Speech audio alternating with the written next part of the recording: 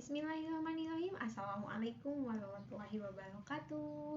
Halo teman-teman, bertemu lagi dengan saya Sifa Uljini Sihabudin dari kelas PBAB semester 3. Nah, untuk di video kali ini saya akan menjawab 4 pertanyaan untuk memenuhi UTS dari mata kuliah pengantar pembelajaran bahasa asing.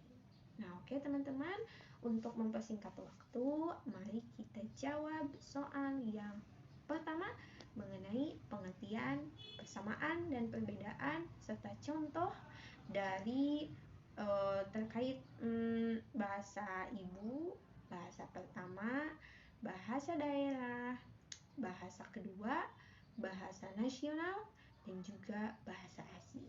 Oke. Nah, apa itu bahasa ibu? Bahasa ibu yaitu atau biasa disebut dengan bahasa pertama, ya, sama saja, bahasa ibu itu yaitu bahasa pertama, merupakan bahasa yang dikuasai manusia sejak lahir melalui interaksi dengan sesama anggota masyarakat. Nah, baik keluarga ataupun teman-temannya.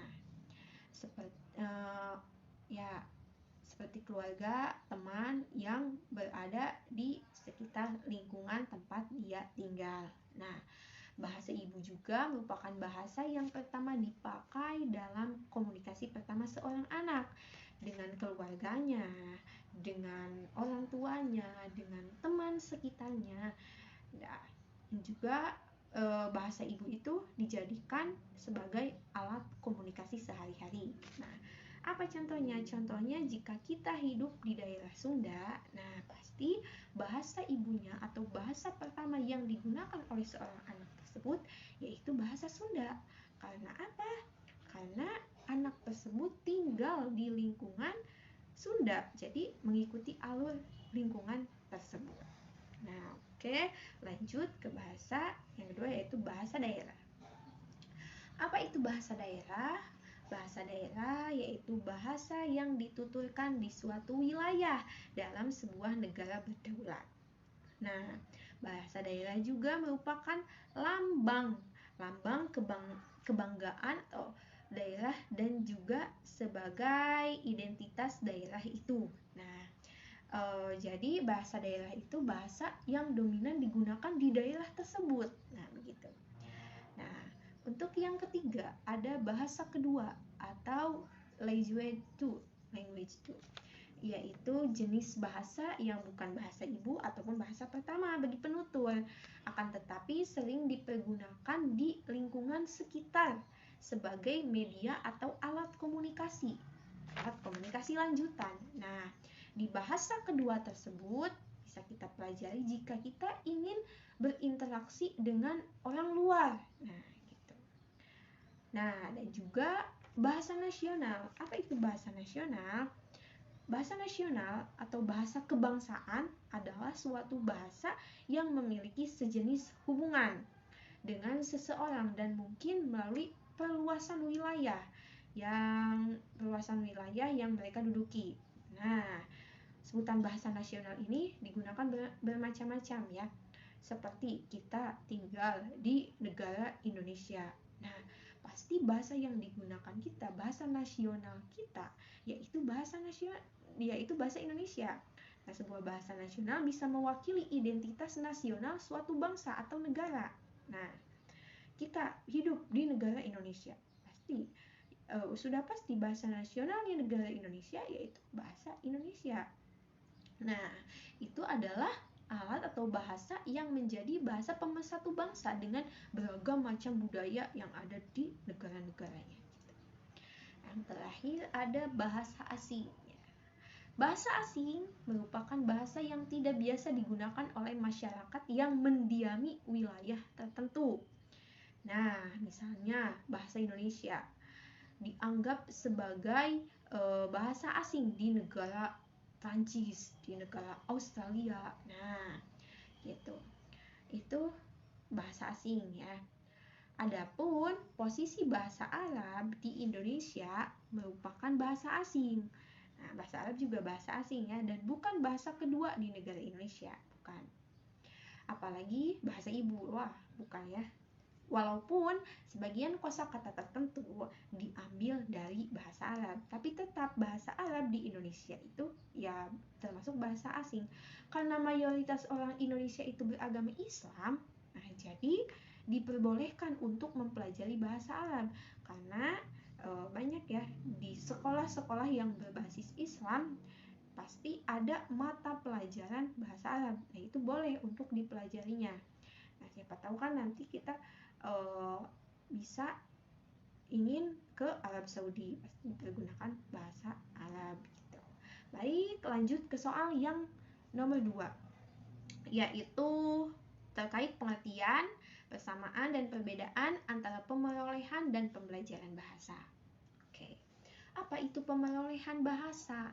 Pemerolehan bahasa adalah proses manusia mendapatkan kemampuan untuk menangkap, menghasilkan, dan juga menggunakan kata untuk pemahaman dan komunikasi.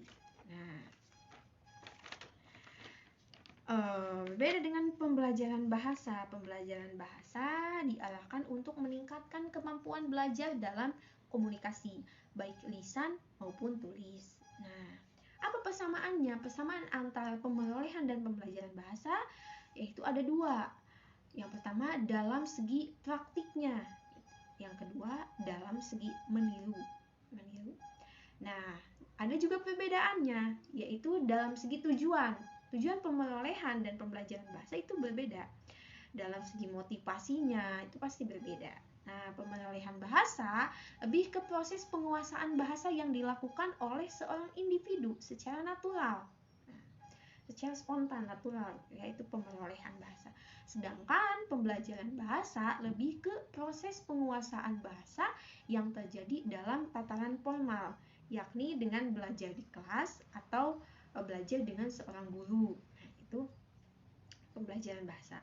Tetapi menurut saya yang lebih sesuai untuk pelajaran bahasa Arab, menurut saya ya, yaitu proses pembelajaran bahasa. Kenapa? Karena bahasa Arab termasuk bahasa asing ya, termasuk bahasa asing dalam negara kita. Jadi perlu waktu untuk mempelajarinya. Karena bahasa Arab merupakan bahasa yang jika tidak dipelajari itu tidak akan bisa. Karena akan susah untuk mengerti.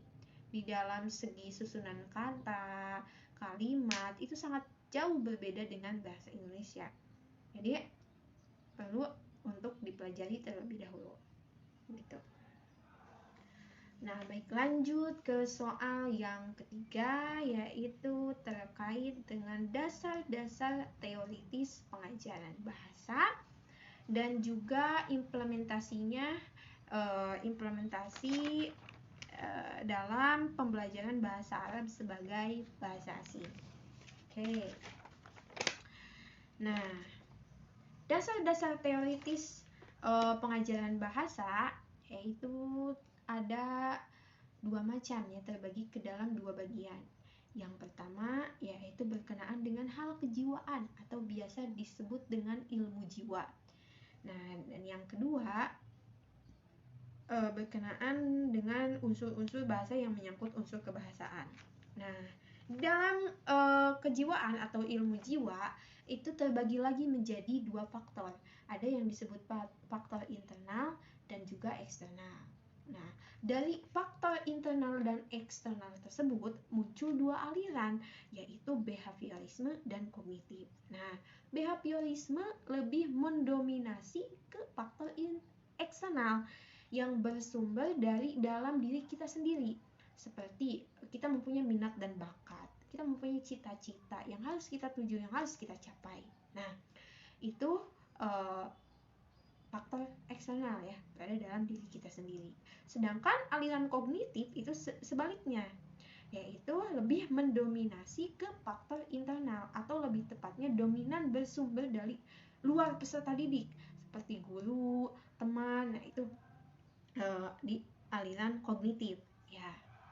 Baik, soal yang terakhir yaitu hakikat pembelajaran bahasa Arab sebagai bahasa asing. Nah, bahasa Arab itu termasuk bahasa asing kan di negara Indonesia. Nah, kita sebagai calon guru ya harus mengetahui hakikat dari pembelajaran bahasa Arab tersebut. Nah, yaitu pembelajaran adalah usaha sadar diri dari seorang guru untuk mempelajarkan peserta didiknya atau mengarahkan interaksi peserta didik dengan sumber belajar lainnya dalam rangka mencapai tujuan yang diharapkan bagi lingkungan atau masyarakat pada umumnya. Nah, oke, itu bagi seorang guru ya hakikatnya. Nah, masyarakat umumnya bahasa Arab adalah bahasa asing di Indonesia ya, karena bukan merupakan bahasa pergaulan sehari-hari. Kalau misalkan di Indonesia berbeda dengan di Arab Saudi, mungkin itu udah menjadi bahasa pertamanya atau bahasa ibunya. Meskipun demikian, bahasa Arab dalam pandangan pemerintah adalah bahasa asing, tetapi ada tujuan mempelajari mata pelajaran bahasa Arab, yaitu yang pertama mengembangkan kemampuan berkomunikasi dalam bahasa Arab, baik secara lisan maupun tulis. Nah, itu mencakup 4 kecakapan berbahasa, yakni menyimak atau istima berbicara atau kalam, membaca atau qiraah, dan menulis atau kitabah gitu. Nah, fungsi yang kedua yaitu menumbuhkan kesadaran tentang pentingnya bahasa Arab sebagai salah satu bahasa asing. Mengapa penting? Karena di Indonesia dominan agama di Indonesia yaitu agama Islam, itu termasuk penting bagi kita ya, baik untuk menjadi alat utama dalam belajar, khususnya mengkaji sumber-sumber ajaran Islam. Nah, kita kan kitab agama Islam itu kan Al-Quran. Kalau misalkan kita tidak mempelajari bahasa Arab, nah kita tidak mungkin bisa membaca Al-Quran. Nah, fungsi yang ketiga itu mengembangkan pemahaman tentang saling keterkaitannya antara bahasa dan budaya, serta memperluas cakrawala budaya. Nah, dengan demikian, dengan hal tersebut yang tadi dijelaskan, peserta didik diharapkan memiliki wawasan budaya dan melibatkan diri dalam keberagaman budaya tersebut. Nah, dari pernyataan tersebut dapat dipahami bahwa secara formal bahasa Arab merupakan bahasa asing ya. Tentu, karena sebagai bahasa asing mulai dari tujuan, materinya sampai kepada metode pun itu asing menurut pandangan kita ya sebagai seorang warga negara Indonesia. Tetapi kembalikan lagi tadi, dominan atau lebih tepatnya negara Indonesia itu dominannya beragama Islam, jadi tidak ada salahnya jika kita mempelajari bahasa Arab, bahkan wajib ya, karena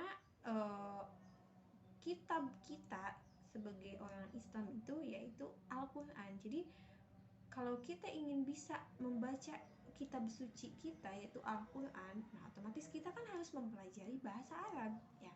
Kalau misalkan tidak, nanti kita tidak akan mengenal huruf hijaiyah, sambung kata, atau ya mengaji Al-Quran dengan lancar. Nah, itu harus melalui step by step, tahap ya. Oke. Nah, baik, mungkin itu saja yang dapat saya jawab dari 4 pertanyaan tersebut. Kurang lebihnya mohon dimaafkan. Sampai jumpa kembali bersama saya Sipa Urjenis. Assalamualaikum warahmatullahi wabarakatuh.